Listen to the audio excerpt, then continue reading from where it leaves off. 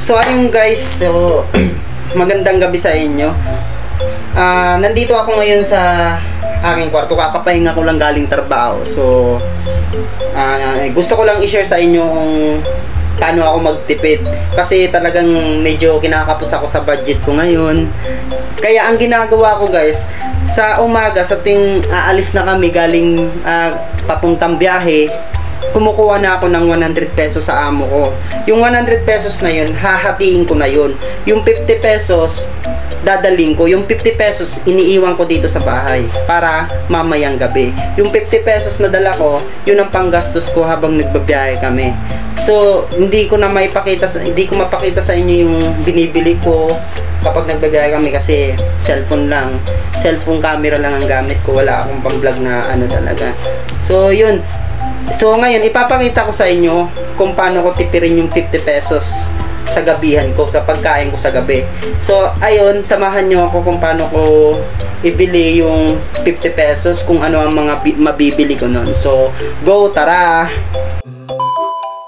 So ayun, dali-dali ko na nga kinuha yung aking wallet. Hindi ko nga makuha guys, kasi cellphone lang ang aking gamit. Nahihirapan akong videoan siya. So binitawan ko muna yung aking bag, inilipag ko muna sa tuhod ko yung aking cellphone para makita nyo kung magkano yung laman ng aking wallet. So ayan, ipapakita ko sa inyo kung magkano yung laman ng aking wallet.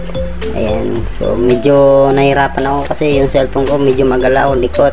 Ayan, yun yung 50 pesos na sinasabi ko sa inyo, tinitira ko sa tuwing aalis ako dito. So ayun, tara, pupunta na ako dun sa tindahan, samahan nyo ko. Game!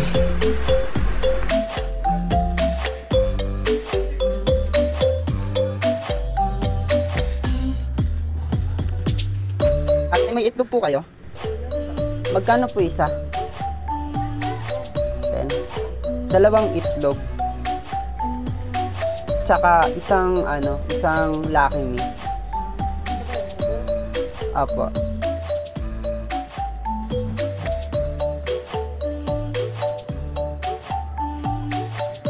Magkano po lahat, ate?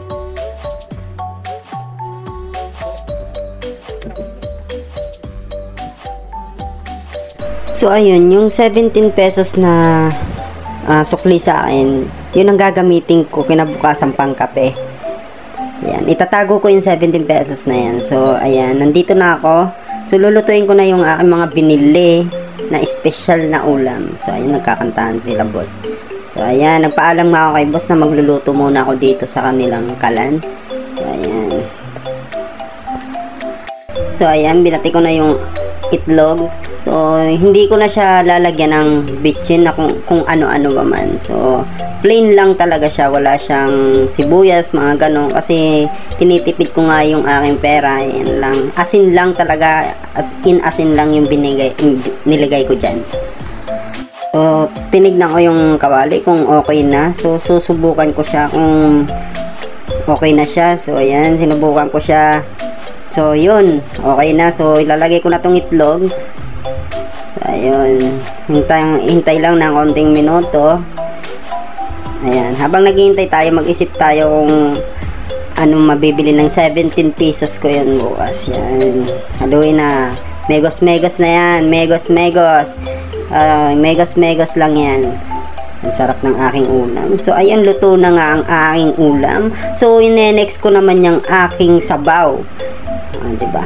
Yan, basan muna natin ang ating kawali, kasi yan, di naman siya as in madumi, kaya hinalo-halo ko lang, sabay binuhos yung tubig na nauna. So dito na rin ako kumuha ng pangsabaw, kasi malinis naman yung gripo na yan. So yun, salang ulit, hintay ng konting minuto para kumulo. Ayan na, pakukuluin muna natin syempre. Sabay isa lang natin ang ating pinakamasarap na Lucky Me. Yun, megos na guys. Isos ko, napakasarap naman talaga ng aking tinula. Ganyan tayo magdipid. Ayan. Sarap ng aking ulam, no? Megos, hintay lang habang naghihintay, megos natin yan. Hintay tayo hanggang siya ay lumambot. Tinikman ko nga yung aking itlog dito. Medyo maalat-alat kasi asin lang. Ayan.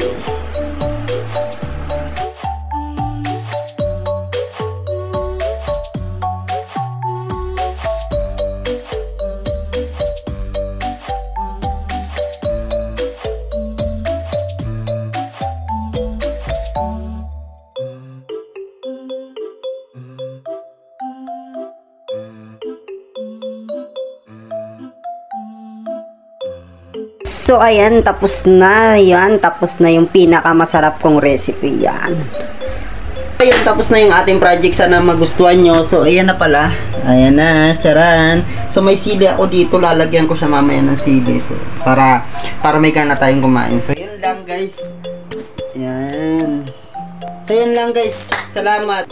Titikman natin yung luto natin. Masarap. Suabe talaga to.